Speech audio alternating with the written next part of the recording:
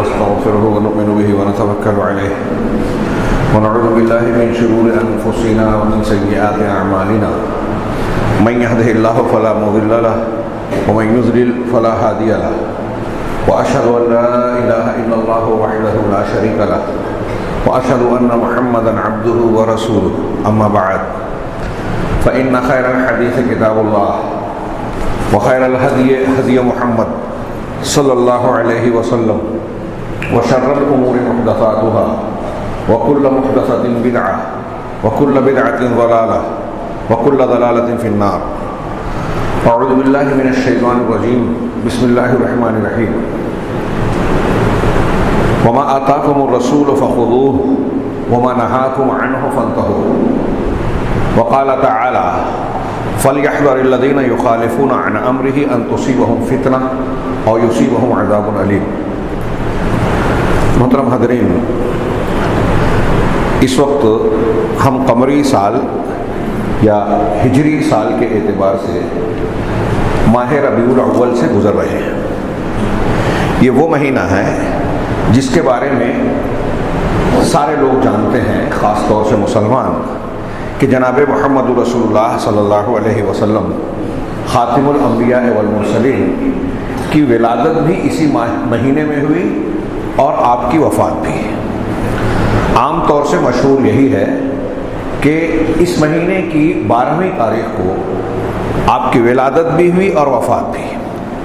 لیکن ولادت کے تعلق سے علماء کے اقوال مختلف ہیں، اور محققین میں سے بعض متعدد اہل علم کا یہ کہنا ہے کہ ولادت کی تاریخ 12 نہیں ہے، 8 اور کچھ دوسری تاریخوں میں بیان کرتے ہیں، لیکن وفات کی تاریخ 12 ہی ہے، یہ بالکل طے ہے.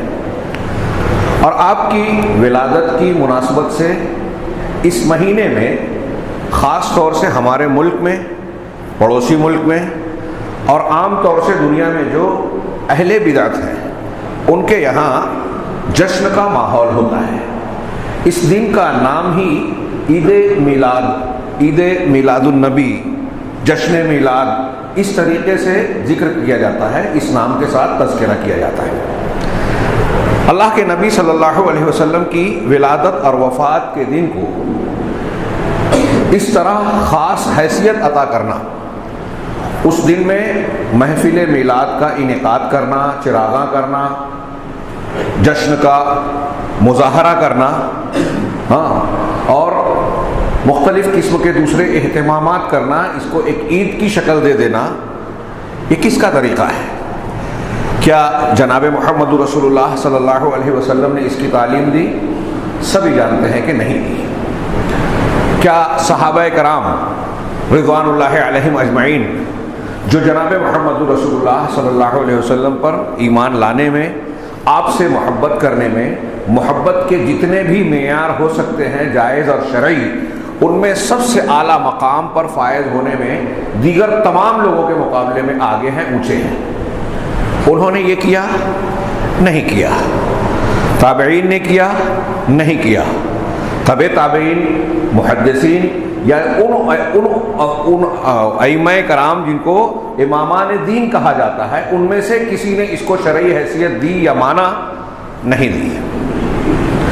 جناب محمد رسول اللہ صلی اللہ علیہ وسلم نے کیا لوگوں کو یہ اختیار دیا کہ محبت اور تعظیم کے مظاہرے کے لیے کسی دن کو خاص کیا جا سکتا ہے، اس میں کچھ خاص اعمال اختیار کیے جا سکتے ہیں؟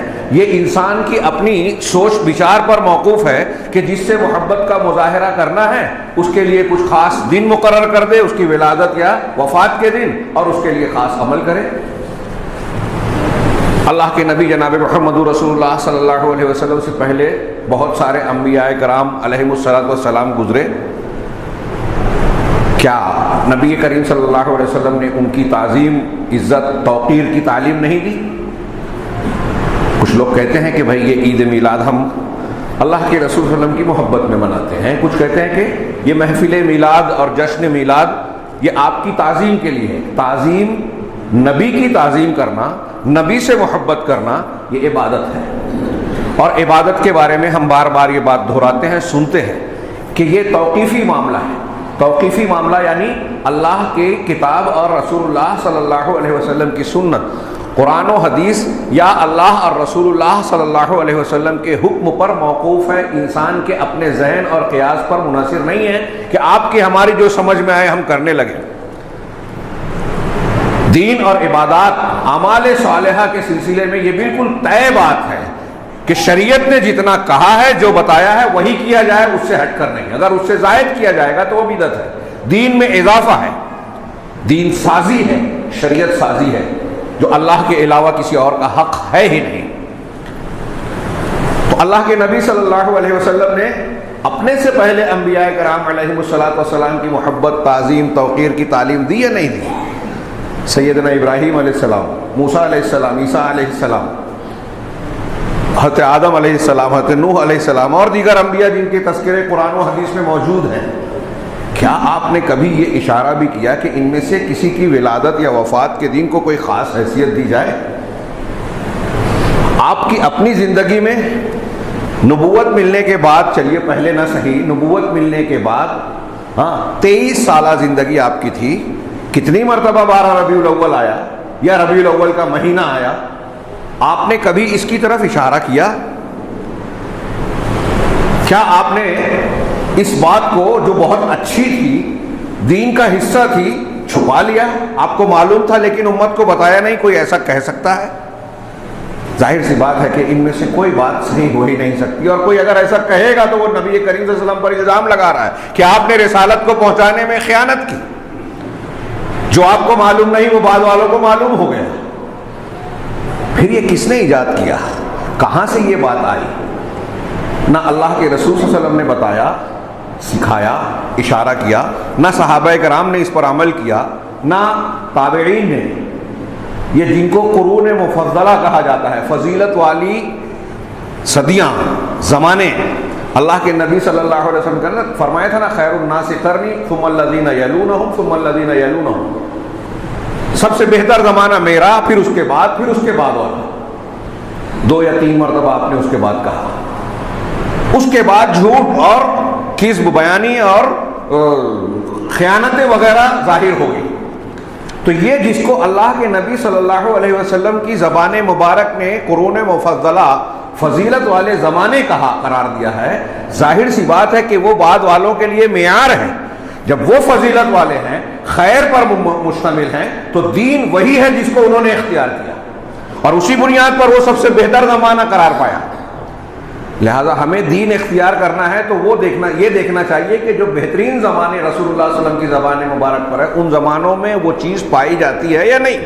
اگر ہے تو دین کا حصہ ہے، اور اگر وہ بعد میں پائی جا رہی ہے، اس زمانے میں نہیں تھی، تو وہ کتنی بھی خوبصورت نظر آ رہی ہے، وہ دین نہیں ہو سکتی، سب ہو سکتی ہے۔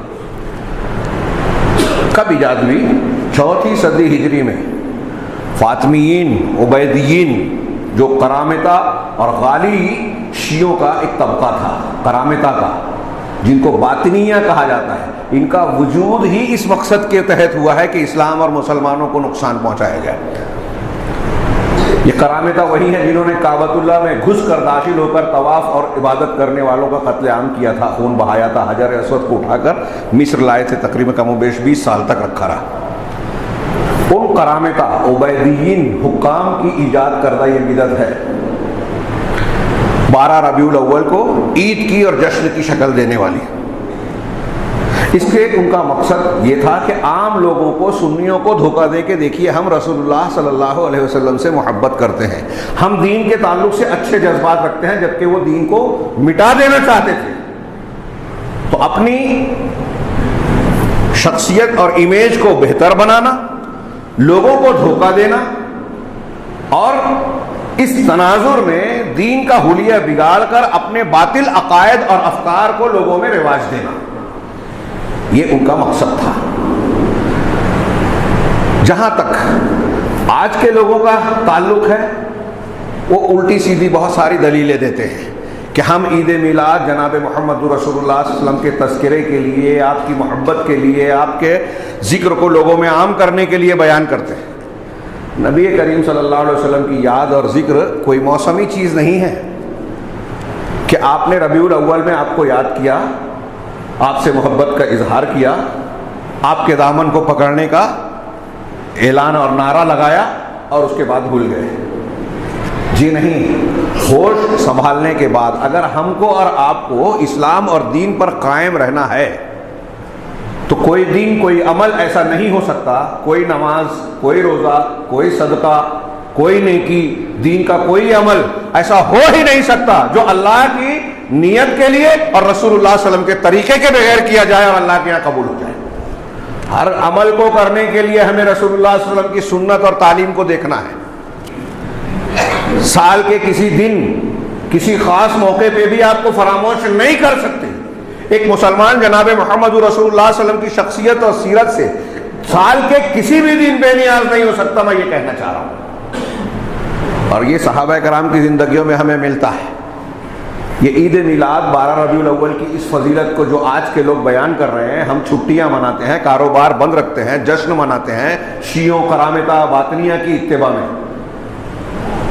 ہاں، جو لوگ ایسا کر رہے ہیں، کیا وہ اللہ کے رسول صلی اللہ علیہ وسلم کی محبت میں، تعظیم میں، ان آپ کے حقوق کی ادائیگی اور فہم میں ان صحابہ کرام سے آگے بڑھ گئے جن کے ایمان کو اللہ تبارک و تعالیٰ نے دوسروں کے لیے معیار قرار دیا؟ فَإِنْ آمَنُوا بِمِثْلِ مَا آمَنْتُمْ بِهِ فَقَدْ اهْتَدَوْا. لوگ اسی طرح ایمان لے آئیں جس طرح تم صحابہ کرام، مراد صحابہ کرام اس وقت ایمان والے وہی تھے، جس طرح تم ایمان لائے اور دوسرے بھی لے آئے تو وہ ہدایت یاب ہو جائیں گے. صحابہ کے ایمان کو اللہ تعالیٰ نے قرآن مجید میں قیامت تک جو پڑھی جانی ہے اور ہدایت کا نوشتہ ہے، اسے قیامت تک کے لیے بتایا کہ صحابہ کا ایمان معیار ہے. ہمیں ایمان اللہ کے یہاں قابل قبول بنانا ہے تو ویسے ایمان لانا ہے جیسے صحابہ نے لایا.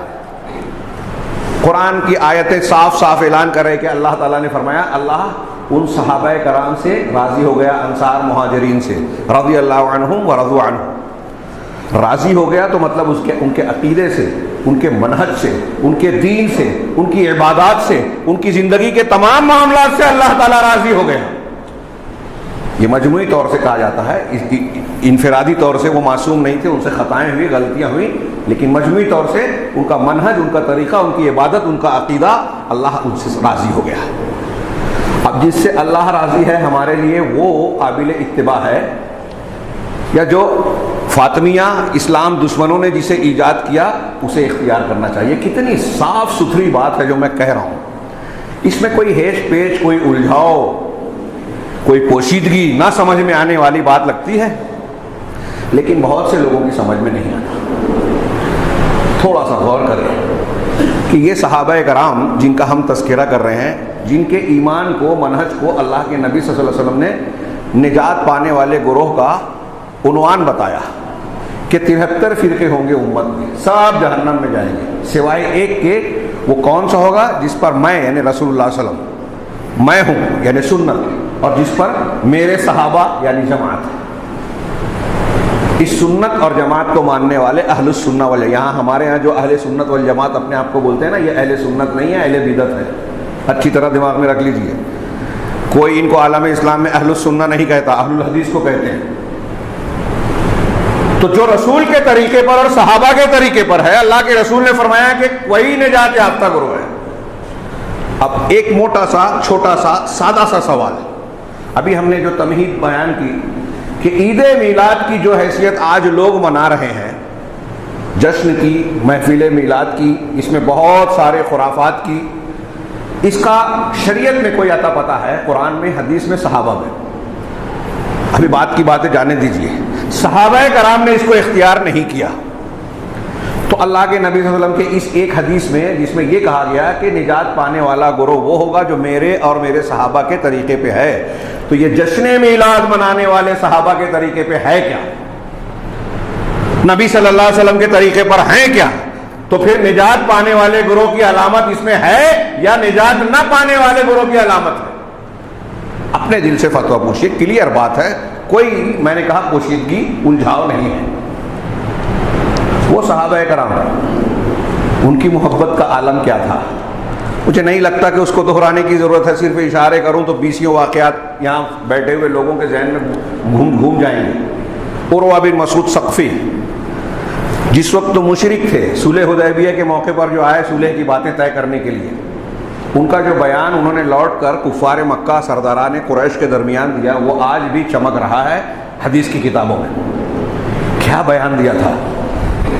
انہوں نے کہا تھا کہ میں نے قیصر، کسریٰ، نجاشی اور دوسرے بہت سارے بادشاہوں کو دیکھا ہے، ان کے درباروں میں گیا ہوں، ان کے مصاحبین کا ان سے معاملہ میں نے دیکھا ہے، لیکن کسی کو نہیں پایا دیکھا کہ محمد صلی اللہ علیہ وسلم کے اصحاب جس طرح محمد صلی اللہ علیہ وسلم کی تعظیم کرتے ہیں، ویسے کسی بادشاہ کے مصاحبین میں سے کسی بادشاہ کی کوئی تعظیم نہیں کرتا۔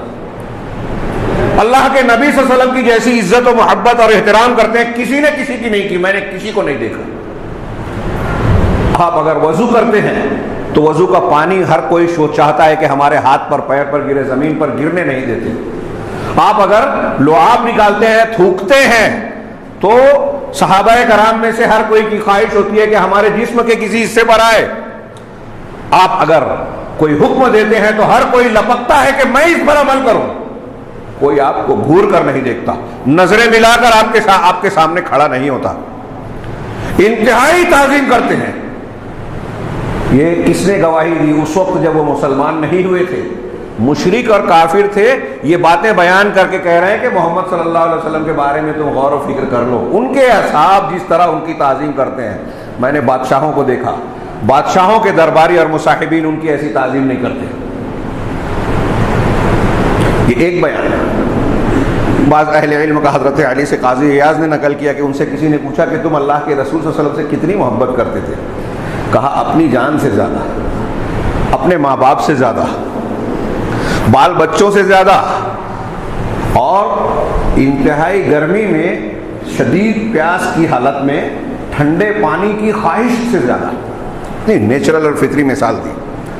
ایک آدمی سخت گرمی میں انتہائی پیاسا ہو، اس وقت ٹھنڈا پانی پینے کی کتنی خواہش ہوگی اور کتنی لذت محسوس ہوگی۔ وہ جو لذت اور چاہت ہے، حضرت علی نے بیان کیا کہ اس سے زیادہ ہم اللہ کے رسول صلی اللہ علیہ وسلم سے محبت کرتے ہیں۔ حضرت خبیب رضی اللہ تعالیٰ عنہ کا وہ بیان، سولی پر چڑھائے جا رہے ہیں، آنکھ میں آنسو آیا، کسی نے کہہ دیا کہ کیا تم پسند کرتے ہو کہ اس وقت تمہاری جگہ محمد صلی اللہ علیہ وسلم کو سولی دی جاتی؟ تڑپ گئے۔ کہا تم اس لیے یہ سمجھ رہے ہو کہ میرے آنکھ میں آنسو اس لیے آ رہا ہے؟ عبداللہ بن حذافہ سہمی کے بیان میں بھی اسی طرح کی بات ہے، اور یہ خبیب رضی اللہ تعالیٰ عنہ کے بیان میں بھی کہا ایک نہیں سینکڑوں، ہر بال میں اگر میری جان ہوتی، میں تو یہ سوچ رہا ہوں کہ مجھ کو ایک ہی جان کیوں ملی، ہر بال میں اگر جان ہوتی سب قربان کر دیتا، لیکن یہ گوارا نہیں کرتا کہ محمد رسول اللہ صلی اللہ علیہ وسلم کے پیر میں کانٹا چبھ جائے۔ ایسی محبت، یہ کوئی تصور ہم لوگ کر سکتے ہیں؟ اللہ کے نبی صلی اللہ علیہ وسلم کی بتائی ہوئی تعلیمات پر عمل نہیں کر رہے ہیں، سنتوں کا کوئی پاس و لحاظ نہیں ہے، کوئی تڑپ بھی نہیں ہے حدیثیں پڑھنا، سنتیں جاننا، سنت کے لیے لڑائی کرنے کا کوئی حوصلہ نہیں ہے، اس کے لیے لڑ جانا، روز نئی نئی بدعات، دین کی مخالفت، اللہ کے رسول صلی اللہ علیہ وسلم کی مخالفت کر کے آپ کی محبت کا اظہار کیا جا رہا ہے۔ یہ صحابہ تھے جن کا تذکرہ ہم کر رہے ہیں، کیسی محبت تھی، کیسی تعظیم تھی۔ احد کا منظر دیکھیے، بدر کا منظر دیکھیے، مختلف مواقع دیکھیے۔ آپ کو جب گھیر لیا دشمنوں نے، صرف 9 صحابہ کرام آپ کے پاس ہیں، گھیرا ڈال دیا، آپ کے مقابل کھڑے ہو گئے حضرت طلحہ، آپ کی طرف آنے والے تیروں کو، برچھوں کو اپنے ہاتھ پر سینے پر لے رہے ہیں، خود بھی نشانہ لگا رہے ہیں۔ نبی صلی اللہ علیہ وسلم اگر جھانک کر دیکھ رہے تو کہا اللہ کے رسول آپ جھانکیے بھی نہیں، کہیں ایسا نہ ہو کہ کوئی تیر آپ کو زخمی کر دے۔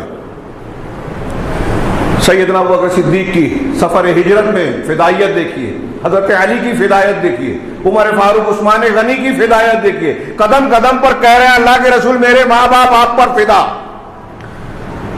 گفتگو کے انداز میں یہ کہتے ہیں ماں باپ فدا آپ پر قربان۔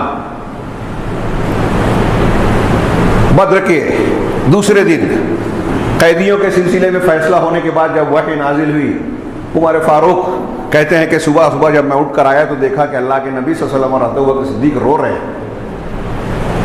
جو فیصلہ کیا تھا اس پر اللہ کی طرف سے ناراضگی کی وحی نازل ہوئی سورۃ الانفال میں۔ وہ واقعہ مقصود نہیں ہے، میں جو حضرت عمر کا طرز عمل بیان کرنا چاہتا ہوں۔ کہ محبت رسول، اتباع رسول کا معیار ان سے سیکھیں۔ حضرت عمر فاروق نے دیکھا کہ رو رہے ہیں تو پوچھا کہ آپ لوگ کیوں رو رہے ہیں؟ جناب محمد رسول صلی اللہ علیہ وسلم اور ابوبکر صدیق دونوں رو رہے ہیں۔ حضرت عمر نے کہا آپ وجہ تو بتائیے کیوں رو رہے ہیں؟ اگر رونے کی جو وجہ آپ نے بتائی اس پر مجھے رونا آیا تو رو لوں گا، میں بھی روؤں گا، اور اگر اس پر رونا نہیں آیا تو آپ دونوں کے رونے کی وجہ سے رونے کی شکل بناؤں گا، کیونکہ آپ دونوں رو رہے ہیں لہذا میں اتباع کروں گا۔ یہ ہے جذبہ۔ اللہ کے نبی صلی اللہ علیہ وسلم نے پھر وجہ بتائی۔ میں یہ کہنا چاہ رہا ہوں کہ ان کا جذبہ کیا تھا کہ نبی صلی اللہ علیہ وسلم کا کوئی عمل ہے تو ہم حتی الامکان اس کی اتباع کریں۔ نماز کی حالت میں جبرائیل علیہ السلام نے جوتا پہن کر آپ نماز پڑھا رہے تھے، یہ سنت ہمارے یہاں متروک سی ہے۔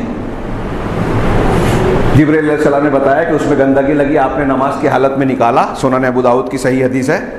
صحابہ کرام میں سے جن لوگوں نے جوتا چپل پہنا تھا انہوں نے بھی نکال دیا، وجہ نہیں دیکھی کیوں کیا، ہماری طرح سمجھ میں آئے گا تو کریں گے۔ اللہ کے نبی صلی اللہ علیہ وسلم نے کیا تو ہم کو کرنا ہے۔ آپ نے نماز کے بعد وجہ بتائی کہ تمہیں نہیں نکالنا تھا، میں نے اس وجہ سے نکالا کہ جبرائیل علیہ السلام نے مجھ کو دوران صلاۃ یہ اطلاع دی کہ اس میں گندگی لگی ہوئی تھی۔ یہ ہے اتباع۔ میں نے چند مثالیں دی ہیں، زندگیاں صحابہ اور صحابیات کی اللہ کے نبی صلی اللہ علیہ وسلم کے محبت اور محبت کے تقاضوں کی تکمیل کے سلسلے میں نمونے کے طور پر واقعات سے بھری پڑی ہے۔ کیسا عظیم الشان کردار انہوں نے نبھایا دین کی اتباع، رسول اللہ صلی اللہ علیہ وسلم کی پیروی کے سلسلے میں۔ لیکن ان کے یہاں ایسی بہت ساری چیزیں جو آج ہم نے دین سمجھ رکھا ہے، دین بتا رہے ہیں، دین کے طور پر لوگوں میں پھیلا رہے ہیں، غیر مسلموں کو دین بتا رہے ہیں، وہاں کوئی نشان نہیں تھا ان چیزوں کا۔ ان میں ایک واضح اور سر فہرست چیز ہے یہ 12 ربیع الاول کا جشن میلاد، عید میلاد، جس میں ہمارے یہاں جلوس نکلتا ہے، کہیں نماز پڑھی جاتی ہے، کہیں محفل میلاد منعقد کی جاتی ہے، اور کہیں اور ساری بدعات خرافات کی جاتی ہے، اور ان کے ساتھ ساتھ بہت ساری ناپسندیدہ چیزیں، شرعاً غیر ناجائز چیزیں جو اختیار کی جاتی ہیں۔ کیا یہ صحیح ہے؟ اس کے غلط ہونے کی دلیل کے طور پر جو میں نے کچھ تمہیدی باتیں عرض کی وہ کافی ہے۔ سب سے پہلے وہ ساری حدیثیں جو بدعات سے منع کرتی ہیں وہ اس کا رد کرتی ہیں۔ ہاں، بدعات سے منع کرنے والی جتنی دلیلیں ہیں، من عمل عملا لیس علیہ امرنا فہو رد، من احدث فی امرنا ھذا ما لیس منہ فہو رد، کل محدثۃ بدعہ وکل بدعۃ ضلالہ۔ ہر جمعہ میں آپ پڑھتے تھے ہر بدعت گمراہی، ہر نئی چیز جو دین میں اختیار کی جائے گمراہی ہے، اور ہر گمراہی جہنم میں لے جانے والی۔ ہر بدعت، ہر نئی چیز بدعت ہے، اور ہر بدعت گمراہی ہے جو جہنم میں لے جانے والی۔ کل بدعۃ ضلالہ وکل ضلالۃ فی النار۔ صحابہ میں آپ یہ بار بار کہتے تھے، کتنی اہمیت کی بات ہے، اس کا اندازہ لگانے کے لیے کافی ہے۔ ہم لوگ سوچتے ہیں نا کہ ارے روز روز وہی بات۔ اللہ کے نبی ہر جمعہ کو صحابہ کرام جو بدعت سے بہت دور تھے ان کے یہاں یہ سبق دہراتے تھے۔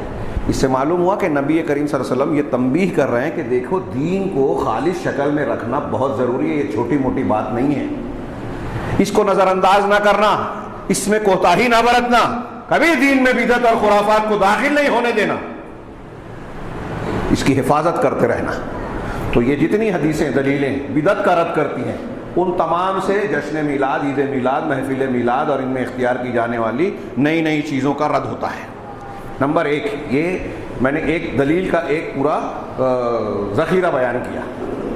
نمبر 2، وہ ساری قرآن کی آیتیں، حدیثیں جو جناب محمد رسول اللہ صلی اللہ علیہ وسلم کی اتباع، محبت کی تعلیم اور حکم دیتی ہیں اور آپ کی مخالفت سے روکتی ہیں، جن میں سے ایک میں نے 2 آیتیں خطبہ مسنونہ کے بعد پڑھی۔ ایک تو یہ کہ ما آتاکم الرسول فخذوہ، جو رسول دیں بس وہی لے لو، وما نہاکم عنہ فانتہوا، جس سے منع کر دے رک جاؤ۔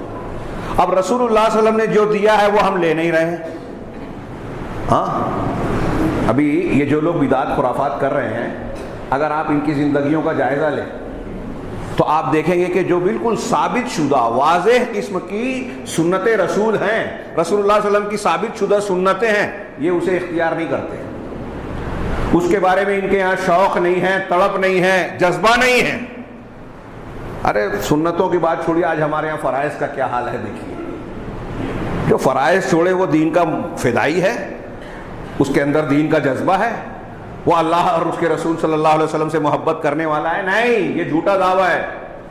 بدعت کے ذریعے سے سنت کا، رسول کی محبت کا اظہار اور سنتوں کو ترک کرنا، مخالفت کرنا، یہ محبت نہیں ہے، دشمنی ہے، مخالفت ہے. میں ان کو، جو لوگ یہ بدعات مناتے ہیں، ان کو وہ چاہے جان بوجھ کر کریں، اچھی نیت ہو ان کی، بری نیت ہو، پریکٹیکل میں ان کا عمل اللہ کے رسول صلی اللہ علیہ وسلم کی دشمنی ظاہر کرتا ہے. یہ مخالفین رسول ہیں، یہ دشمنان دین ہیں. کچھ بھی کہیں اپنے آپ کو، وہ مانے یا نہ مانے، آپ دین کی قبر کھود رہے ہیں، دین کی شکل حلیہ بگاڑ رہے ہیں. جو اللہ اور رسول نے بتایا اس کو دین نہیں مان رہے ہیں. یہود، نصارہ، ہندوؤں، ان کے طریقے کو آپ دین میں رائج کر رہے ہیں. یہ برتھ ڈے، جینتی، میلاد، اس کا منانا اسلام میں کسی کے لیے جائز نہیں رکھا گیا. کسی کا برتھ ڈے اور جینتی نہیں منائی گئی. ہندوؤں میں ہے، عیسائیوں میں ہے، اور وہی آپ نے اختیار کیا. ابھی تو سننے میں آتا ہے کچھ سالوں سے بریلوی بڑے بڑے علماء، اصحاب جبہ و دستار، رسول اللہ صلی اللہ علیہ وسلم کے اس برتھ ڈے کو منا کے کیک بناتے ہیں، کیک کاٹتے ہیں. نعوذ باللہ من ذالک. کھلے طور سے اور زیادہ وضاحت سے بیان کرتے ہیں کہ دیکھو ہم قرآن، حدیث، صحابہ، تابعین، تبع تابعین، ائمہ دین کے طریقے پہ نہیں ہیں، یہود و نصارہ کے طریقے پہ ہیں. ان کے طریقے پر برتھ ڈے منا رہے ہیں، مذاق اڑاتے ہیں اللہ کے رسول صلی اللہ علیہ وسلم کا اور دین و شریعت کا. یہ مذاق نہیں تو اور کیا ہے. خیر، میں یہ عرض کر رہا تھا کہ اللہ تبارک و تعالیٰ نے جتنے آیتوں میں یہ حکم دیا ہے کہ رسول کی تعلیم کو لو، جو رسول دے لے لو، جس سے منع کر دے رک جاؤ. اب جو دیا ہے وہ سنتیں ہیں، شریعت کے احکامات ہیں، فرائض ہیں، ان پر عمل کرو. وہ نہیں ہوتا. جس سے منع کیا ہے اس سے رک جاؤ، یہ بھی نہیں ہو رہا ہے. جو حرام کھلی ہوئی چیزیں ہیں ان میں، ان حرام میں شرک اور بدعت سرے فہرست ہے. شراب، جوا، زنا، سود، یہ تو حرام ہے ہی، ان سے بڑھ کر شرک اور بدعت ہے. یہ بدعت ہم اختیار کر رہے ہیں. بدعت شرک کا دروازہ ہے. البدعۃ برید الشرک کہا جاتا ہے، برید الکفر کہا جاتا ہے. ہاں، اور بدعت ایسی گمراہی ہے کہ آدمی جب اسے اختیار کرتا ہے تو اس کو نیکی سمجھتا ہے اور اسی لیے اس سے توبہ نہیں کرتا. اسی لیے بعض سلف کہتے ہیں کہ شیطان ابلیس کے نزدیک شرک اور کفر کے بعد سب سے پسندیدہ چیز بدعت ہے، اس لیے کہ بندہ اس میں ملوث ہونے کے بعد اس سے توبہ نہیں کرتا کیونکہ اس کو نیکی سمجھتا ہے. اور پھر بدعت کے نقصانات اگر ہم گنائیں تو ایک موٹی کتاب تیار ہوگی.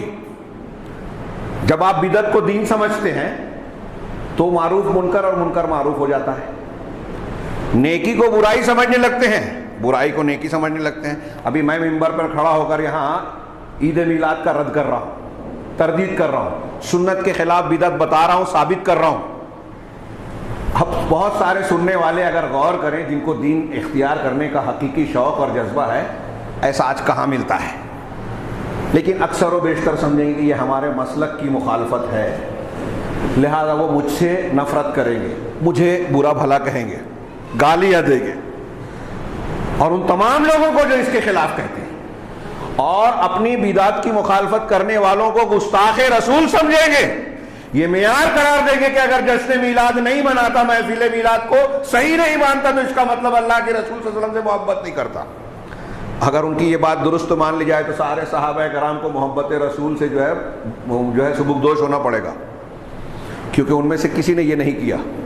کیا وہ اللہ کے رسول سے محبت نہیں کرتے تھے؟ ابھی میں نے بتایا قرآن حدیث نے محبت رسول کا معیار کیا بتایا کہ آپ سے محبت کی جائے، یہ فرض ہے، ضروری ہے. اللہ کے بعد سب سے زیادہ محبت ماں باپ سے بھی زیادہ، اپنی جان سے بھی زیادہ محبت ہونی چاہیے. لیکن محبت کا مطلب کیا؟ یہ جو اللہ نے بتایا، جو رسول دے دے لے لو، جس سے منع کر دے رک جائے. ہمارے خیال میں، ہمارے دماغ میں آتا ہے یا نہیں آتا ہے؟ فلاں چیز حرام اللہ کے رسول نے کہی تو ہم چھوڑ دیں، کتنا بھی خواہش نفس اس کی طرف مبذول کرے.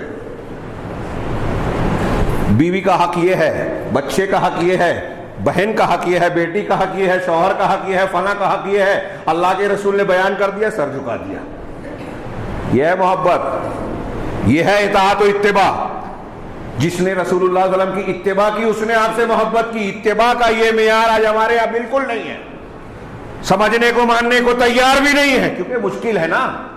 اس میں اپنے نفس کی قربانی اور نفس کو روندنا، خواہشات کو روندنا پڑتا ہے، یہ ہم سے نہیں ہوتا۔ خواہشات کی تکمیل کے ساتھ محبت کے اظہار والا جو طریقہ ہے وہ بدعت ہے، یہ ہم سے ہوتا ہے۔ لہذا رسول کی مخالفت کر کے رسول کی محبت کا اعلان کر رہے ہیں۔ تو نبی کریم صلی اللہ علیہ وسلم کے بارے میں اللہ تعالیٰ نے کہا جو دے لے لو، جس سے منع کر دے رک جاؤ۔ کس کے بارے میں کہا؟ اللہ کے نبی صلی اللہ علیہ وسلم۔ میں اکثر کہتا ہوں یہ مقام آپ کے علاوہ اللہ نے کسی اور کو نہیں دیا۔ اب موسیٰ علیہ السلام کو بھی ہم پیغمبر مانتے ہیں، ایمان رکھنا ضروری ہے۔ کوئی اگر موسیٰ علیہ السلام کا انکار کر دے کافر ہو جائے گا، لیکن موسیٰ علیہ السلام کے بارے میں ہم یہ کہیں گے کہ جو موسیٰ دے دیں لے لو، جس سے منع کر دے رک جاؤ، نہیں، یہ حیثیت اب ان کی منسوخ ہو چکی ہے۔ وہ نبی ہیں، سچے نبی تھے، صاحب توریت تھے، آسمانی کتاب ہے، ہم ایمان رکھتے ہیں، ان کی تعظیم ضروری ہے، ان کی نبوت پر ایمان لازم ہے، ان کا انکار ساری نبوتوں اور کتابوں کا انکار ہو جائے گا۔ لیکن اللہ کے رسول نے فرمایا اگر وہ بھی زندہ ہو جائے نا، لو کان موسیٰ حیا ما وسعہ الا اتباعی، اگر وہ بھی زندہ ہو جائے تو میری اتباع کے بغیر چارہ نہیں ہوگا۔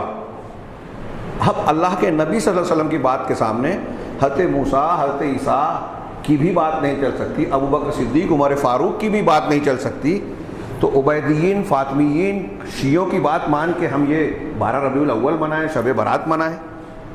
روافض اور شیعوں کی اتباع میں اہل سنت والجماعت ان کی اتباع کریں اور محبت رسول کی بتائیں؟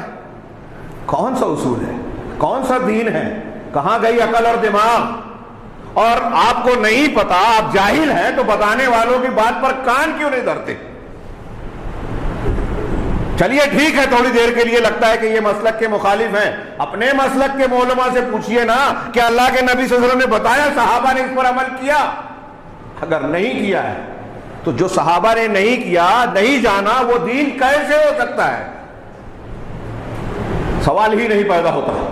یہی تیسری دلیل جو ہے ہم نکلتی ہے، لیکن اس کو بیان کرنے سے پہلے ایک اور جو آیت میں نے پڑھی تھی کہ اللہ کے رسول کی اتباع، اطیعوا اللہ واطیعوا الرسول ما آتاکم الرسول فخذوہ لقد کان لکم فی رسول اللہ اسوۃ حسنہ، یہ روز پڑھتے رہنا چاہیے، ہم کو دہراتے رہنا چاہیے۔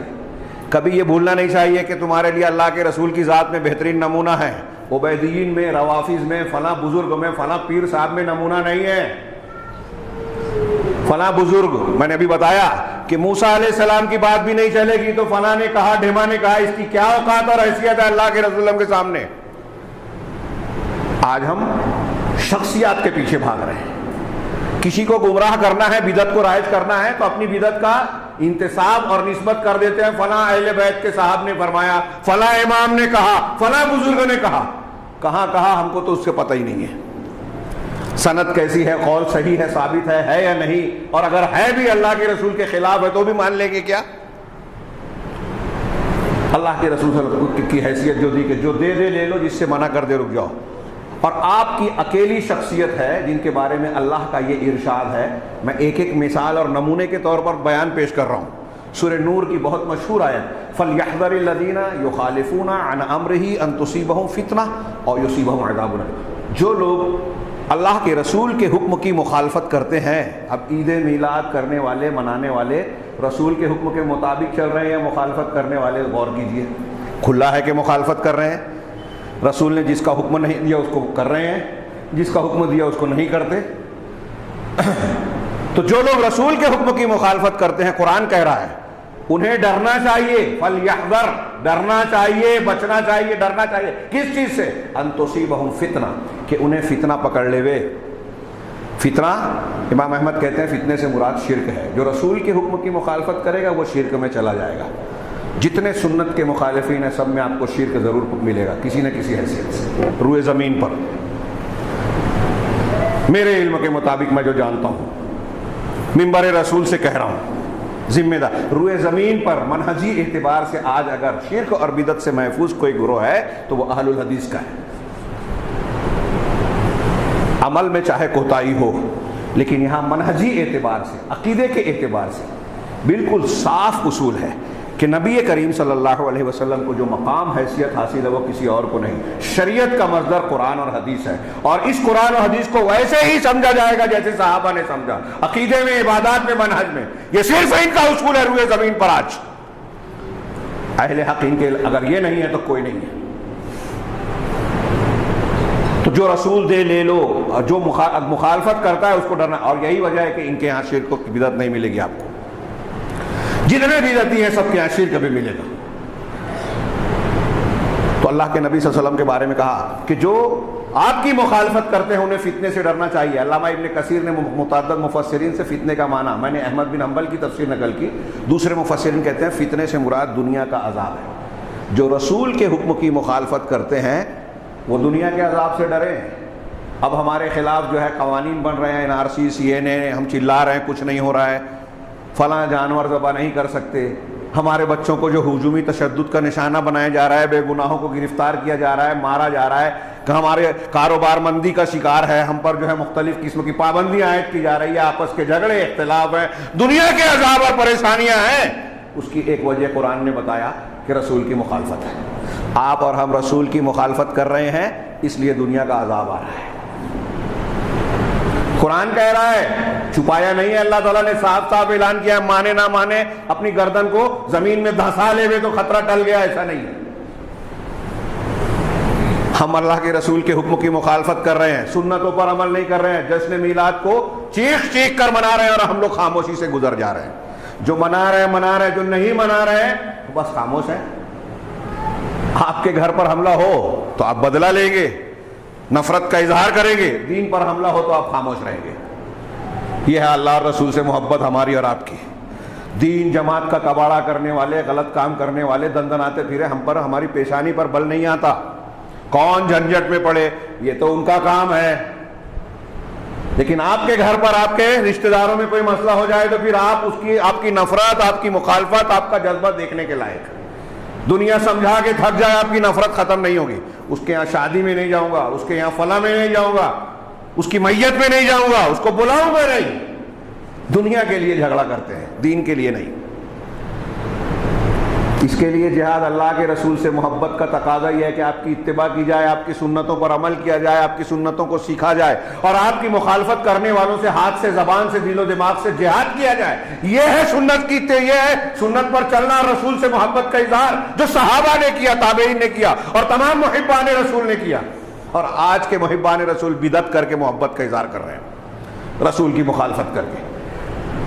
تو دوسری دلیل یہ کہ جو مخالفت کرتے ہیں انہیں فتنے سے یا دردناک عذاب سے ڈرنا چاہیے. تو قرآن کی اور حدیث کی وہ ساری دلیلیں، وقت نہیں ہے، زیادہ ہو گیا ہے، میں اور کچھ آیتیں اور حدیثیں پیش کرنا چاہتا تھا لیکن یہ آپ دہراتے رہتے ہیں، جن میں اللہ کے رسول صلی اللہ علیہ وسلم کی اتباع اور آپ کی مخالفت سے منع کیا گیا ہے. وہ تمام قرآن کی آیات اور حدیثیں 12 ربیع الاول کی ان بدعات کا رد کرتی ہیں. تیسری چیز جو اس کے حرام اور ناجائز ہونے پر دلیل ہے وہ یہ کہ اسلام میں برتھ ڈے، جینتی اور میلاد والا جشن ہے ہی نہیں. نہ کسی پیغمبر کا منایا گیا، نہ کسی صحابی کا، نہ کسی اور بزرگ کا. یہ عیسائیوں کے یہاں منایا جاتا ہے کرسمس کے طور پر.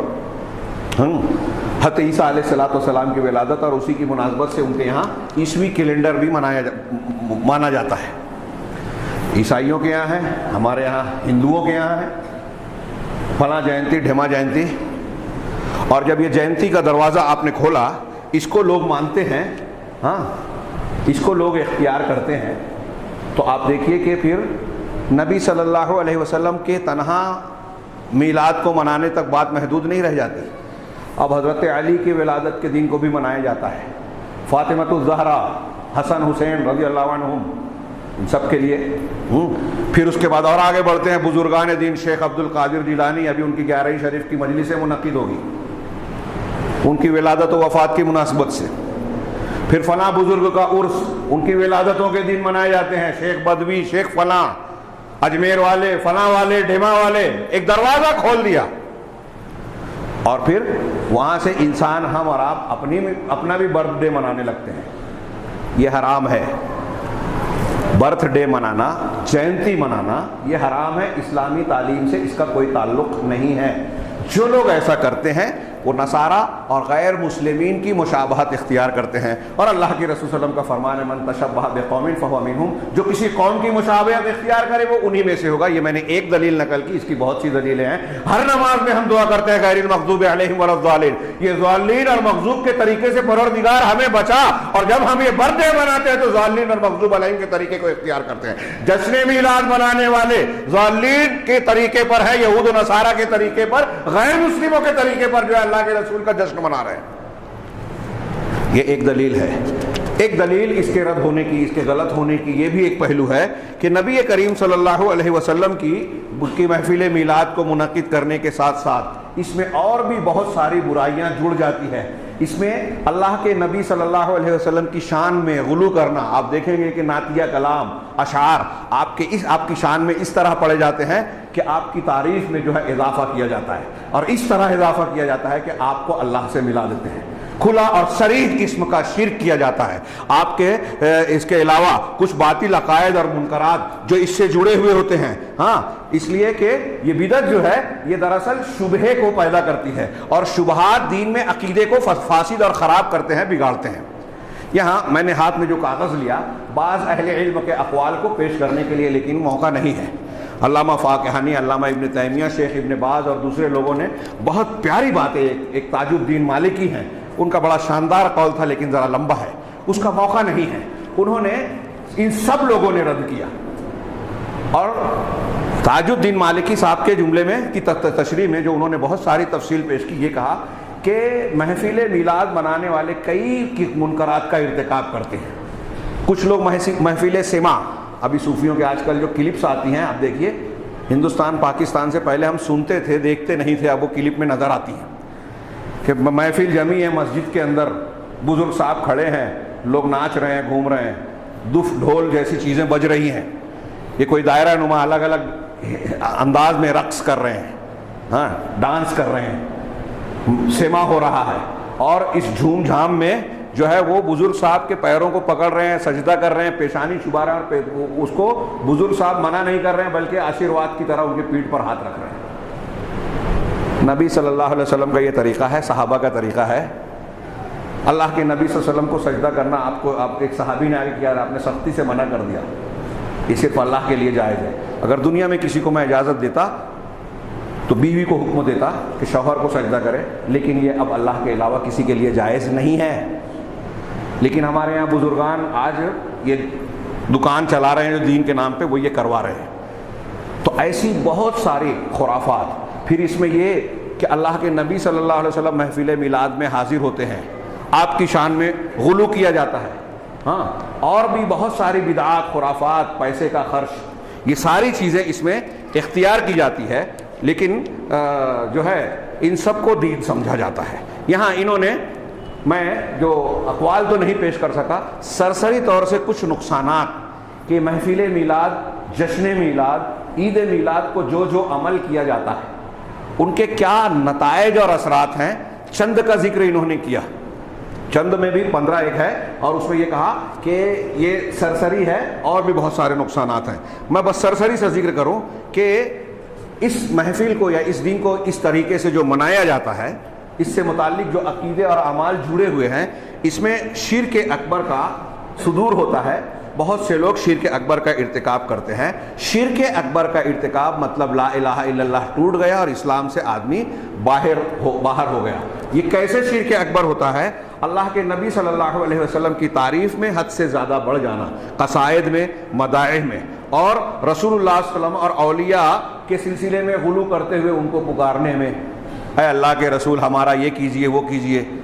اور میں تو بہت کھل کے کہہ رہا ہوں کہ بریلوی قبر پرست والا طبقہ چھوڑ کر دیوبندی حضرات اور ان کے علماء کی تحریروں میں ہم دیکھتے ہیں اللہ کے نبی صلی اللہ علیہ وسلم کو پکارتے ہیں کہ امت پہ تیری وقت بڑا مشکل آیا ہے، اللہ کے رسول مدد کیجئے۔ یہ کوئی بھی کہتا ہو، کتنے بڑی داڑھی ہو، کتنا بڑا جبہ دستار ہو، اگر یہ جملہ کہہ رہا ہے عقیدے سے تو وہ شرک اکبر ہے۔ اور شرک اکبر ایسا ہے کہ اگر کوئی کہتا ہے اسلام سے باہر ہو گیا اور اس پر بغیر توبہ کے مر گیا تو کبھی بھی جہنم سے باہر نہیں آئے گا۔ یہ جو باتیں میں کہہ رہا ہوں قرآن حدیث کی دلیلیں اس پر موجود ہیں۔ تو رسول اللہ صلی اللہ علیہ وسلم اور اولیاء کے سلسلے میں جو ہے غلو. اور اتنا ہی نہیں، بعض جگہوں پر اللہ کے نبی صلی اللہ علیہ وسلم اور بزرگوں کے نام پر، اولیاء کے نام پر جو ہے نظر و نیاز کیا جاتا ہے اور ذبح کیا جاتا ہے، جانور ذبح کیے جاتے ہیں ان کے نام پر کیا جاتا ہے، اور وہ توقع کی جاتی ہے کہ اللہ سے قربت حاصل ہو رہی ہے. وہ چاہے بسم اللہ اللہ اکبر کہہ کے کریں، لیکن اگر نیت یہ ہے کہ اللہ کے رسول کے نام پر کر رہے ہیں، فلاں کے نام پر کر رہے ہیں، ان کو ان کے جناب میں پیش کر رہے ہیں، ان کی نظر نیاز ہے، تو یہ ان کی عبادت ہے، شرک اکبر ہے، اسلام سے خارج کر دینے والی چیز. تو پہلا نقصان یہ کہ اس میں شرک اکبر کا وقوع ہوتا ہے. دوسرا، کچھ باطل اعتقادات ان محفلوں میں اس جشن اور عید کے موقع پر باطل اور فاسد عقائد جو ہے اختیار کیے جاتے ہیں. جیسے یہ عقیدہ کہ جب محفل میلاد منعقد ہوتی ہے تو لوگ کہتے ہیں کہ نبی کریم صلی اللہ علیہ وسلم اس میں بنفس نفیس حاضر ہوتے ہیں. قرآن حدیث کی دلیلوں کے یہ سراسر خلاف ہے، اور ایسا ماننا اللہ کے نبی صلی اللہ علیہ وسلم کے تعلق سے غلو ہی ہے، اور آپ کو سمیع اور بصیر اللہ کی طرح ماننے کے مترادف ہے کہ ہر شخص یہ سمجھ رہا ہے کہ آپ کہیں بھی ہیں اللہ کے رسول آپ کی سن رہے ہیں، جیسے اللہ تعالیٰ ہر جگہ ہر ایک کی سنتا ہے. اسی طریقے سے اس موقع پر بہت ساری بدعات اور محدثات کے اندر جگہ جگہ مختلف علاقوں میں آپ دیکھیں گے کہ زیادتی ہوتی جاتی ہے. بدعت کے لیے جب یہ دن مقرر کیا گیا جو شریعت نے جیسے مثال کے طور پہ عید الاضحیٰ، عید الفطر مقرر کیا ہے تو اس کے احکامات دیے ہیں، لیکن جو لوگوں نے عید بنائی ہے اس کے احکامات قرآن حدیث میں نہیں ہیں. تو اب علاقے کے لوگ اپنے اپنے دماغ سے اس میں کچھ چیزیں ملاتے جاتے ہیں، بڑھاتے جاتے ہیں. تو آپ دیکھیں گے کہ ایک شہر میں کسی اور طریقے سے بدعت پر عمل ہوتا ہے، دوسرے شہر میں کسی اور طریقے سے، اور اس میں اضافہ ہوتا رہتا ہے. ہمارے یہاں مٹھائیاں تقسیم کی جاتی ہے، اللہ کے رسول صلی اللہ علیہ وسلم کے نام پر فاتحہ خوانی ہوتی ہے، کاروبار بند ہوتا ہے، اور کچھ اعمال ہوتے ہیں. میں نے سنا ہے، واللہ عالم، بعض لوگوں سے سنا، صحیح ہے یا غلط میں نہیں جانتا، کہ برہان پور ہمارے یہاں سے بہت دور نہیں ہے. برہان پور میں عید میلاد کی خصوصی نماز ہوتی ہے، نماز عید. شاید وہ مغرب کے بعد پڑھتے ہیں تاپتی ندی کے کنارے، ایسا میں نے سنا ہے. واللہ عالم صحیح ہے یا غلط، اور اگر صحیح ہو تو کوئی بعید بات نہیں ہے اہل بدعت سے جو میں نے بتایا. تو یہ کہا کہ بدعتیں بڑھتی جاتی ہیں. اس میں ایک یہ بھی ہے کہ آپ دیکھیں گے کہ ہمارے یہاں ایک دن منایا جا رہا ہے، کچھ جگہوں پر ایسا ہے کہ کئی دنوں تک، بعض مقامات پر بعض ملکوں اور علاقوں میں ایسا ہوتا ہے کہ 1 ربیع الاول سے 12 ربیع الاول تک جشن کا ماحول ہوتا ہے. ہر روز جلوس نکلتے ہیں، ہر روز محفل منعقد ہوتی ہے. پھر کچھ لوگ کئی جمعہ تک کہتے ہیں، جمعہ اس کو دہراتے ہیں. اسی طریقے سے ان کے ساتھ ساتھ اولیاء اور کچھ بڑے بڑے بزرگوں کے نام کی بھی محفلیں منعقد کی جاتی ہیں، اور پھر ان کی قبروں کی طرف جو ہے سفر کیا جاتا ہے.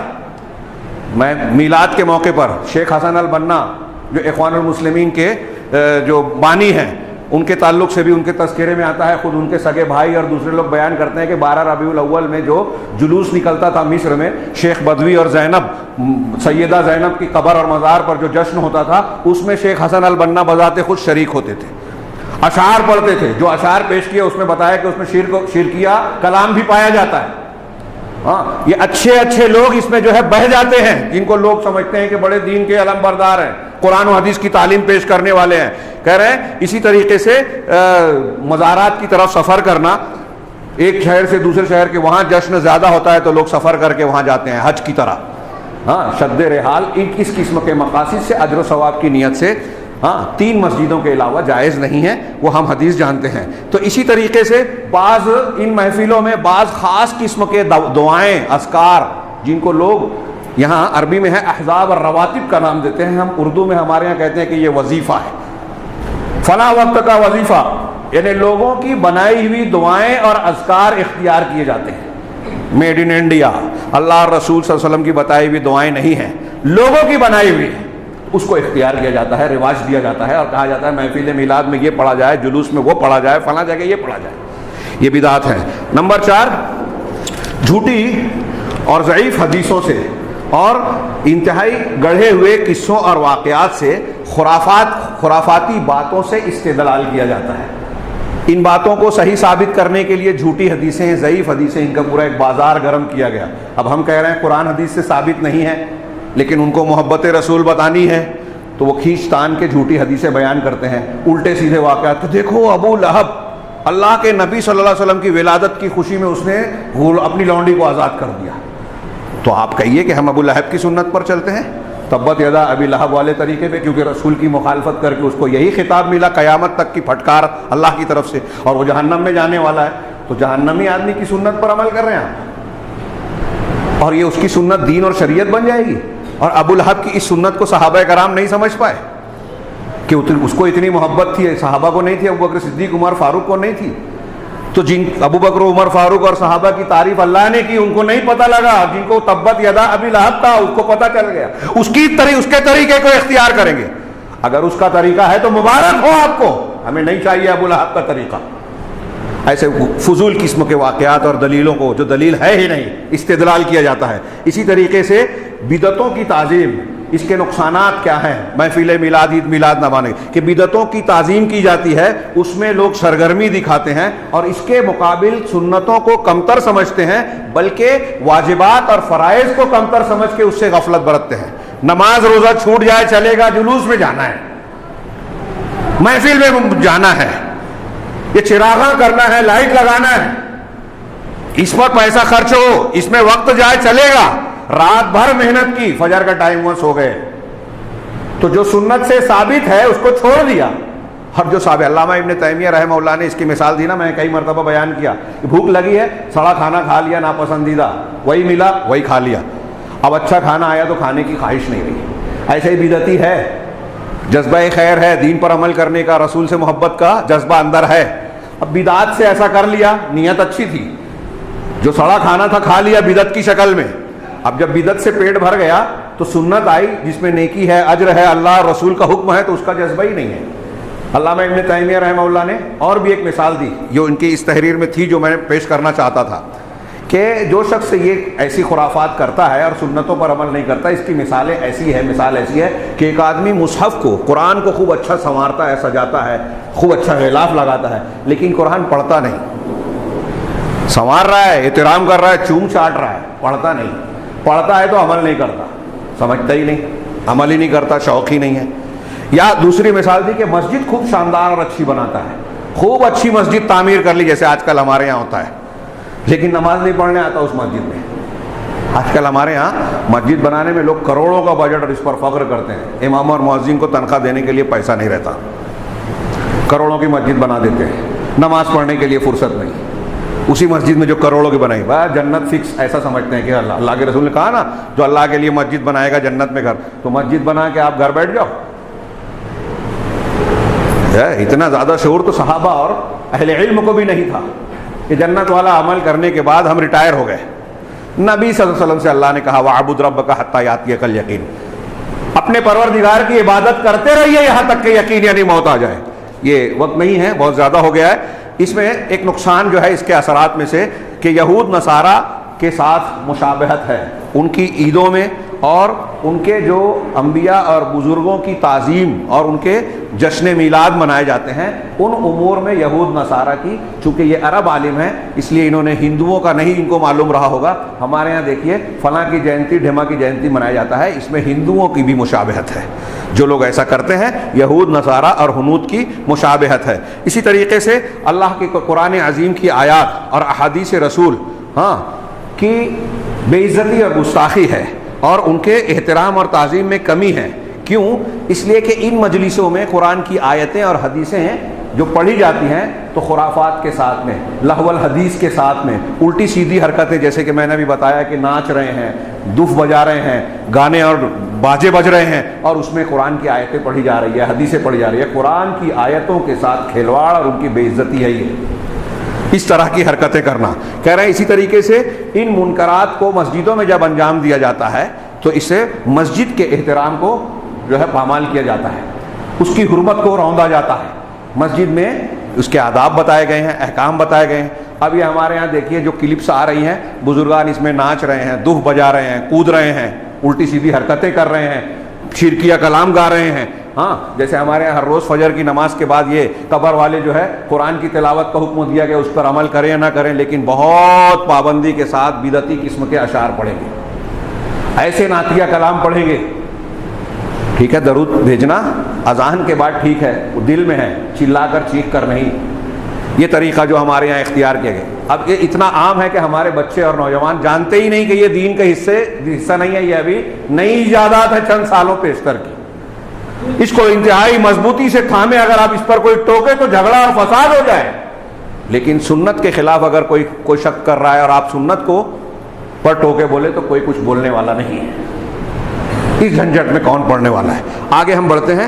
اسی طریقے سے جو اللہ کے گھروں میں آواز بلند کرنا اور نہ جانے کون کون سے منکرات کا اس میں جو ہے جو اللہ کے گھروں کے اور مساجد کے آداب کے خلاف ہے اختیار کیا جاتا ہے. اسی طریقے سے اس میں گانے بجانے اور پھر آلات لہو، معازف، شیطانی گانے باجے جو ہے وہ بھی اختیار کیے جاتے ہیں، وہ چاہے مسجد میں ہو یا مسجد کے باہر. ایسی چیزیں، ایسے باجے گاجے جس کو شریعت نے حرام قرار دیا گیا ہے. اسی طریقے سے رقص، کھودنا پھاندنا اور مختلف قسم کی ایسی حرکات جو شریعت کی تعلیمات کے خلاف ہیں، جن کو یہ الگ الگ نام دیتے ہیں. جیسے کچھ لوگ بولتے ہیں کہ یہ حال آ گیا، اس کو جوش آ گیا، فلاں آ گیا، الگ الگ یہ عربی میں زار کہتے ہیں. اور بعض ایسی چیزیں بھی ہوتی ہیں کہ اس میں فسق و فجور پایا جاتا ہے. بعض مجلسوں میں جو ہے نشے کی چیزوں کو استعمال کیا جاتا ہے. آپ دیکھیں مزارات پر عام طور سے جو مجاورین اور ان کے رفقا ہیں، ان کے یہاں بھنگ اور مختلف قسموں کے دور چلتے ہیں اور اس کو وہ ہندوؤں کی طرح مقدس نشہ سمجھتے ہیں. کہہ رہے ہیں ایسے اور بھی بہت سارے مسکرات اور مفترات کو استعمال کیا جاتا ہے. اسی طریقے سے ان مجلسوں میں کچھ گانے بجانے کے لیے، محفل کی رونق کے لیے کچھ کم عمر لڑکوں کو، لڑکیوں کو بلایا جاتا ہے. اس سے بھی بہت سارے فتنے پیدا ہوتے ہیں، اس کا یہاں انہوں نے ذکر کیا ہے. اسی طریقے سے کئی مقامات پر ایسا ہوتا ہے کہ ایسی مجلسوں میں، جلوسوں میں اور بعض ان کے بدعتی محافل میں مردوں کے ساتھ عورتوں کا بھی اختلاط ہوتا ہے. عورتوں کو تیز آواز میں کلام پڑھنے کے لیے کہا جاتا ہے، تو عورتوں کی آواز کا بلند ہونا جو شریعت کے خلاف ہے، مرد و عورت کا اختلاط جو شریعت کے خلاف ہے، یہ اختیار کیا جاتا ہے. اور ہمارے یہاں دیکھیے کہ مسجدوں میں عورتوں کا آنا بند کر دیا گیا اس مقصد کے، اس عنوان کے تحت کہ ان کا آنا فتنہ ہے.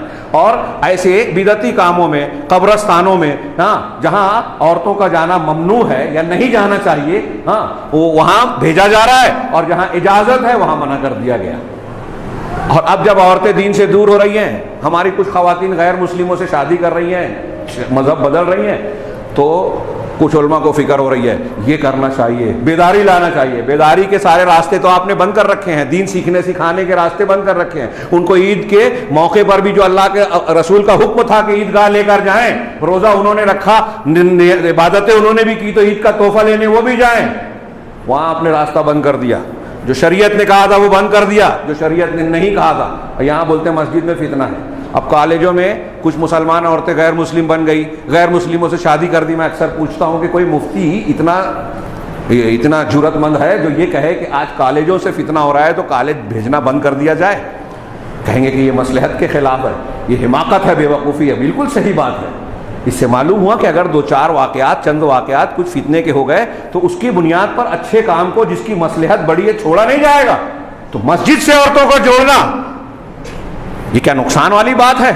اگر فرض کر لیجئے کہ کوئی چھوٹا موٹا واقعہ ہو بھی گیا مسجد جانے آنے کے درمیان، تو کیا اس کی وجہ سے آپ چھوڑ دیں گے؟ اگر آپ کا بیٹا اگر مسجد جا رہا ہے، راستے میں حادثہ، ایکسیڈنٹ ہو گیا، جھگڑا ہو گیا، تو بولیں گے مسجد جانے کی وجہ سے وہ اس لیے مسجد جانا بند کر دو؟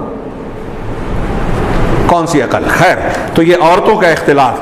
اسی طریقے سے عورتوں کو قبرستان کی طرف جانے میں کثرت ہوتی ہے، بھیڑ بھاڑ کے ساتھ جانا، جبکہ اللہ کے رسول صلی اللہ علیہ وسلم نے لعنت بھیجی ہے کہ جو عورتیں خوب زیادہ قبروں کی زیارت کرتی ہیں ان پر لعنت. زائرات والی روایت ضعیف ہے، زوارات والی روایت جو ہے مضبوط ہے، اس کی تفصیل کا موقع نہیں. اسی طریقے سے اس میں اسراف، تبذیر، فضول خرچیاں ہوتی ہیں، مال کو ضائع کرنا ہوتا ہے. یہ چراغاں کرنا، لائٹنگ کرنا اور نہ جانے کون کون سی زیب و زینت کی چیزوں کے ابھی دیکھیے گا کتنا اہتمام ہوگا. لیکن اسی سماج اور معاشرے میں کتنے ضرورت مندوں کی ضرورتیں ہیں، بیماروں کی بیماریاں ہیں جو بغیر علاج کے چل رہی ہیں. کتنے گھروں میں فاقہ کشی کی نوبت ہے. میں تو ہمارے یہاں ہندوستان، پاکستان میں ایسا سوچتا ہوں کہ اس سلسلے میں ہمارے یہاں دین کو سمجھا ہی نہیں گیا. بے گھر آدمی کے لیے گھر بنانا، غریب کی ضرورت کو پورا کر دینا، بیوہ یتیموں کی ضرورت کا پورا کرنا، ٹھیک ہے آج کل اس میں تھوڑی بیداری ضرور آ رہی ہے. لیکن بڑے بڑے مقامات پر ہم دیکھتے ہیں مسجد کا امام، مسجد کا مؤذن، علماء کرام، دعات و مبلغین، ان کے گھر فاقہ اگر یہ کمال ہے تو ہمارے یہاں لوگوں کو فکر ہوتی ہے. ارے گاڑی خرید لی مولوی صاحب نے، بڑی دقت کی بات ہے. تو پادری کے پاس ہو تو ان کو ٹینشن نہیں ہے, پنڈت کے پاس اے سی گاڑی ہو, بنگلے اور نہ جانے کیا کیا ہو تو کوئی مسئلہ نہیں ہے, مولوی کے پاس آ گیا تو کیا بجال ہے. ہمارے ماتحت اور انڈر میں نہیں رہے گا نا.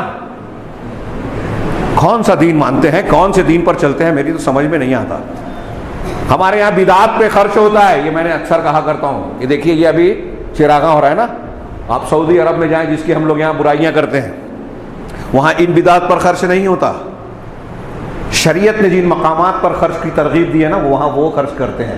ہمارے ملک میں انفرادی اجتماعی سطح پر لاکھوں روپے کی کھجوریں صرف رمضان میں آتی ہے. وہ مسجد بناتے, مدرسہ بناتے, دعا تو مبلغین پہ خرچ کرتے, وہ الگ ہے.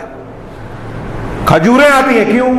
اللہ کے رسول نے کہا ہے کہ جو روزہ افطار کر دے اس کو روزہ رکھنے والے کا ثواب. تو یہ ثواب لینے کے لیے وہ لاکھوں کی کھجوریں تقسیم کرتے ہیں. اپنی پسندیدہ چیزیں, ان کے کھیت میں باغ میں ایسی کھجور جو اگتی ہے جو کسی کے یہاں نہیں ملتی, بازار میں نہیں ملتی, وہ روزے داروں کو, ضرورت مندوں کو بانٹنے کے لیے رکھتے ہیں. یہ نہیں کہ یہ گھر والوں کے لیے رکھے جیسے ہم اور آپ کرتے ہیں کہ اسپیشل ہے تو گھر میں استعمال ہو, پھٹا کپڑا ہے تو غریبوں میں بانٹو. وہ پھٹا پہنیں گے اچھا بانٹیں گے. ان کے یہاں یہ دین ہے. بدعت میں وہ خرچہ نہیں کریں گے لیکن غربا مساکین پر خرچ کریں گے, سنت میں خرچ کریں گے. رمضان میں روزہ افطار کرانا اور ایسی چیزیں جس کی اللہ رسول نے تعلیم دی ہے, مسجد بنانا, مدرسے میں دعوت و تبلیغ میں علماء اور دعات پر خرچ کرنا. بند مٹھی سے جو ہے ایسے مستحقین کو جو دین کی خدمت کر رہے ہیں ان کو کتابیں دے دینا, ان کی ضروریات معلوم کرنا. ہمارے یہاں یہ دین ہے ہی نہیں. اور بڑے دیندار بنتے ہیں, ان پر تنقید کرتے ہیں جو دین پر عمل کرتے ہیں. خیر, یہ اسی طریقے سے بعض لوگ اس قسم کے مواقع کو اپنے ذاتی مفادات اور کمائی کا ذریعہ بناتے ہیں.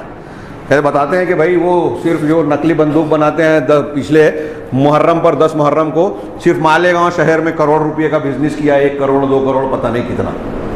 ایسے ہی کچھ باجے گاجے نہ جانے کیا کیا بچوں کو خرید کے لوگ دیں گے اور نہ جانے کیا کیا دیں گے. یہ چیزیں آپ لوگ معمولی سمجھتے ہیں, ہمارے یہاں اس کو غیر وہ معمولی سمجھا جاتا ہے. شب برات کو گھر میں حلوہ بنا کے بچوں کو کھلا دیا, کوئی بات نہیں, ہم بدعت تھوڑی کر رہے ہیں. ہاں, اس موقع کی خاص جھنڈی لا کر گھر میں لگا دی, یا رسول اللہ, اس پہ لکھا ہوا ہے. یہ چھوٹی چیز سمجھتے ہو؟ اگر آپ ایسا کر رہے ہو تو آپ اپنے بچوں کو بدعت کی طرف دھکیل رہے ہو, بچوں کی تربیت کر رہے ہو کہ اس کا کوئی مسئلہ نہیں ہے. اگلی نسل جب آپ کے بچے کی بڑی ہوگی نا تو کہیں گے میرے ابا بھی تو کرتے تھے, میرے ابا بھی تو بناتے تھے, وہ بھی تو جلوس میں جاتے تھے, جھنڈی لاتے تھے, حلوہ بناتے تھے. لہذا اس میں کوئی حرج نہیں ہے. یہ بدعت کے تعلق سے بتدریج شیطان بہکاتا ہے اور گمراہ کرتا ہے, اور ہم لوگ جو ہے بے حسی کا شکار رہتے ہیں. اپنے بچوں کی صحیح تربیت کریں. اسی طریقے سے جو لوگ, اور بھی کچھ ہے, جو لوگ ان خرافات کو نہیں مانتے تو ان کی مخالفت کی جاتی ہے, ان سے دشمنیاں مول لی جاتی ہے. جیسے کہ میں نے کہا میں ابھی رد کر رہا ہوں, تو جو منانے والے ہیں وہ ہمیں گالیاں دیں گے, مخالفت کریں گے, کوئی بات نہیں. اگر اللہ اور رسول اللہ صلی اللہ علیہ وسلم کی شریعت کے تقاضے کو ہم بیان کر رہے ہیں اور اس سے کسی کو برا لگ رہا ہے تو ہم ایسا سمجھتے ہیں کہ اس کا بھی اجر و ثواب ملے گا. ہاں, لیکن ہم چاہیں گے کہ وہ اس پر غور کریں, جائزہ لیں کہ اللہ کے نبی صلی اللہ علیہ وسلم اور دین و شریعت سے محبت کے تقاضے کیا یہی ہے جیسے انہوں نے اختیار کیا؟ ہرگز نہیں. دین کی جو تعلیم کی بنیاد ہے, ہماری نجات کا انحصار ہے, وہ بس اس بنیاد پر کہ اللہ کی بات اور رسول اللہ صلی اللہ علیہ وسلم کی بات کو مانا جائے, قرآن و حدیث کی اتباع کی جائے اور اس طریقے پر اتباع کی جائے جیسے صحابہ کرام نے. پورے دین کی بنیاد بس یہی ہے, اسی کو یاد رکھیے. اور اس چیز کو اگر ہم نے یاد رکھا تو دنیا کا ہر عقیدہ, ہر عمل, ہر نیکی کو ہم معیار پہ دیکھیں کہ آج یہ کر رہے ہیں, قرآن میں ہے کیا, حدیث میں ہے کیا, صحابہ نے کیے کیا, صحابہ نے کیسے کیا, یہ دیکھ کر جو صحابہ کے یہاں ملتا ہے اسے مانے, جو نہیں ملتا اس کو چھوڑ دیں. انشاءاللہ کامیابی ہوگی. اللہ تبارک و تعالی ہمیں صحیح دین کو سمجھنے اور اس پر عمل کرنے کی توفیق عطا فرمائے. وآخر دعوانا ان الحمدللہ رب العالمین. بارک اللہ لنا ولکم فی القرآن المجید ونفعنا وإیاکم بالآیات والذکر الحکیم انہ تعالی جواد کریم ملک بر